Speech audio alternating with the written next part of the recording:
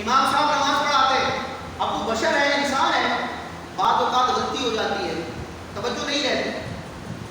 اب امام صاحب سے کوئی غلطی ہوئی، اب ہم پر کیا لازم ہے؟ ہم اپنی ذمہ داری کو نہیں لیتے کہ میں کسی فرد مخصوص کو تو ٹارگیٹ کر کے نہیں رہا. ایک جنرل بات کروں صلاح کے لیے، اللہ تعالیٰ مجھے بھی اس پر عمل کرنے کی توفیق عطا فرمائے.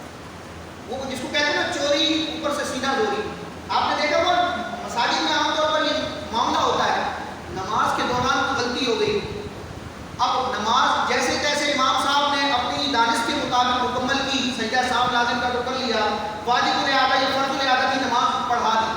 بعد میں لوگ نماز میں امام پر جو ہے نا تنقید کرتے ہیں، بعض ایسے جری ہوتے ہیں، میں نے بھی کئی مرتبہ یہ مناظر کے کھڑے ہو جاتے ہیں، امام صاحب یہ کیا کیا؟ حالانکہ اپنی ذمہ داری سے جو ہے نا چشم پوشی کرتے ہیں. شریعت کا حکم کیا ہے کہ اگر امام سے غلطی ہوتی ہے تو اس غلطی پر متنوع